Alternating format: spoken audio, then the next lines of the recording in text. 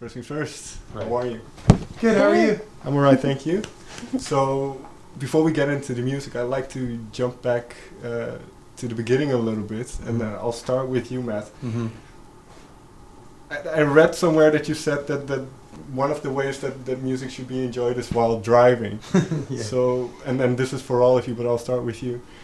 What is your go-to music when you go on the road or start driving?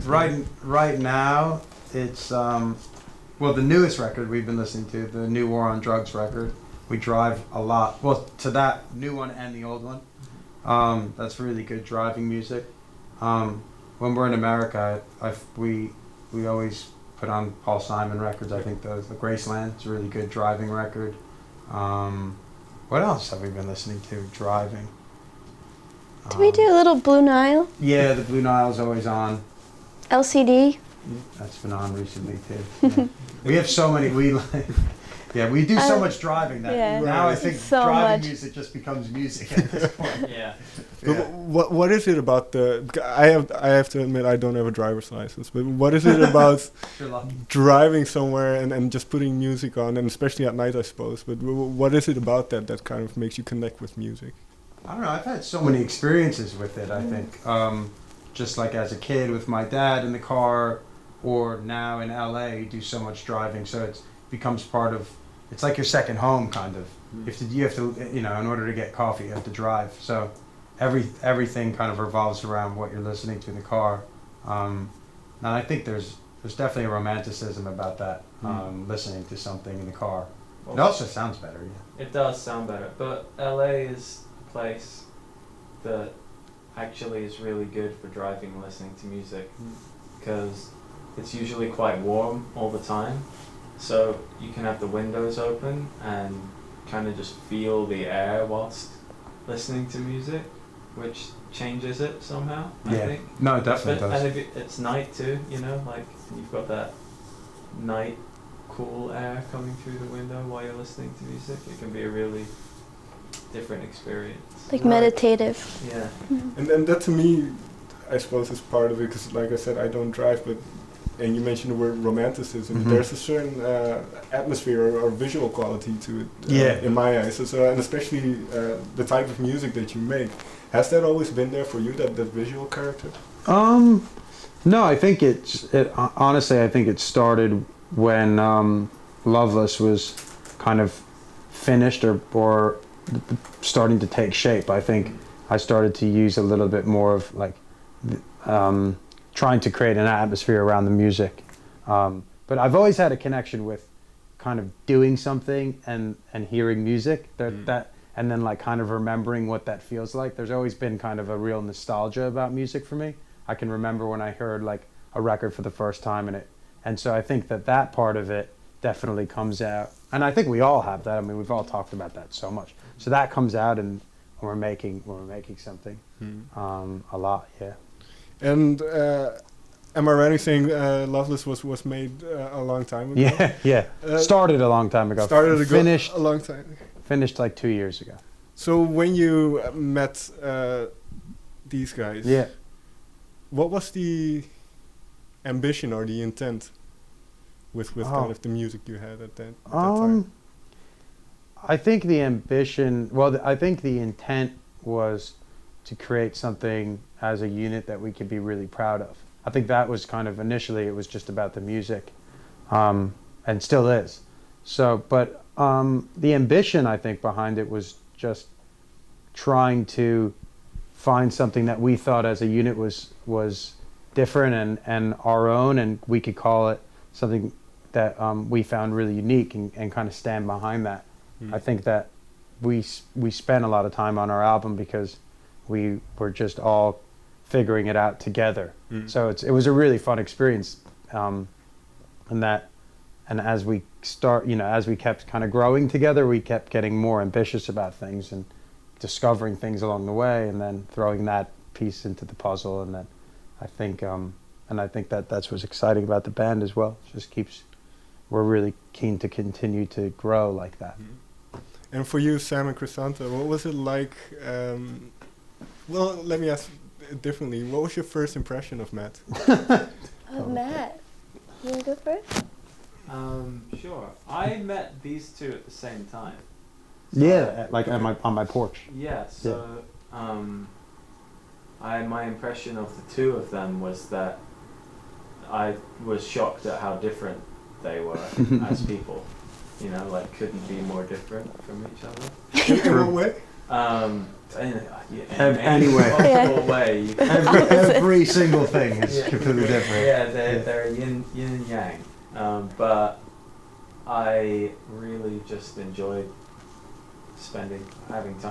hanging out with them, and then when we had like a jam together, we played some music. We kind of just went off into space on like a sort of semi-prog, semi-krautrock, just like tangent that was insanely fun. And I just remember thinking that these were two people I could spend the next however many years with, just upon the first meeting. You know? Right. It was easy. So for you then, when you are quite opposite of people, what was your impression? Yeah, it's like, I met Matt and he was this like New Yorker. I was like, oh, so cool guy. But yeah, we were like instantly friends. Like I remember talking like forever about, like we went to dinner and we were talking about David Bowie and Paul Simon and the Graceland documentary and then we like the first time hanging out, we went to like a guitar shop and it was just like, I'm like, oh, this is great because no one wants to go to the guitar shop with me and spend hours like looking at, you know, like trying every instrument. So. But so that connection, was that as immediate once you kind of tried to make music, the three of you? No, I don't think it was like an immediate. I think we worked really hard on listening to each other for a long time before we decided to take the next step into like, okay, we're gonna make something. It was weird because like we started jamming at my place, but it was just very open, and I think that was something that we didn't try to do anything right away besides just kind of figure out what each of us were into and why we gravitated towards things. And I remember like, you know, we would be in my back house just basically hanging out, playing music the entire day before we'd say hello. And we weren't making anything. Like we weren't like recording anything. We were just kind of figuring it out.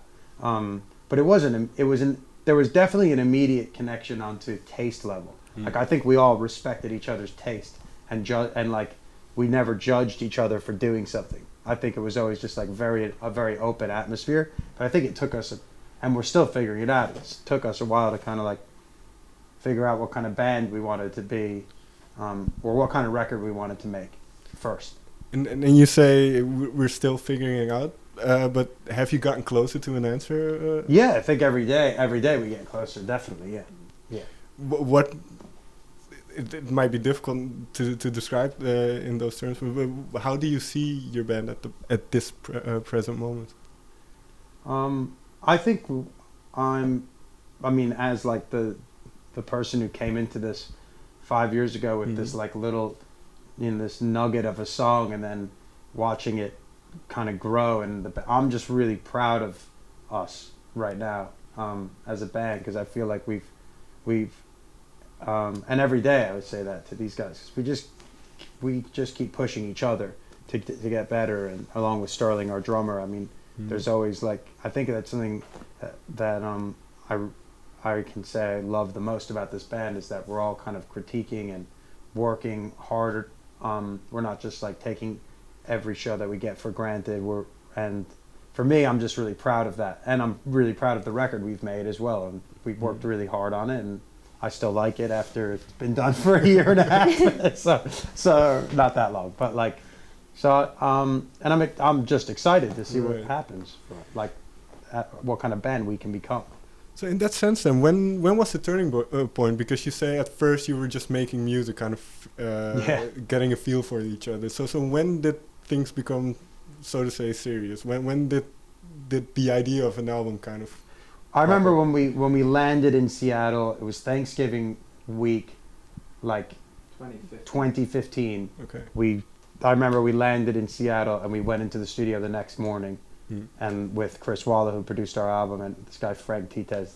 And I remember like getting in the studio and kind of being like, oh, we're going to actually try to put something to tape, and we're actually going to listen back to it on speakers, and we're going to critique it. And I remember that being like, oh, we're a real band. We're in it together, and now we can't really stop. Because once you get in the studio and you press record on something, it's like, that's the second you're like, okay, we're going to try to finish this together. There's also a different feeling. Like, it was a moment where it was like, okay, now we've got people who are going to listen to, because no one had heard the three of us. That's true. Play music together. They'd heard the demos, which yeah. But that's like, you know, recorded badly on a computer. Exactly. But no one had heard the three of us, and then it was like, all right, we're going to get in a room with our friend Charlie, and who's a drummer, and play a song.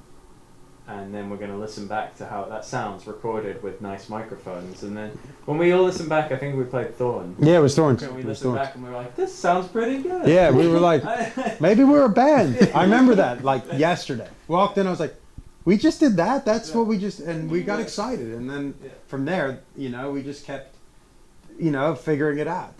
Different stages of recording, which can be a deep, dark hole. And we were in it for a long time.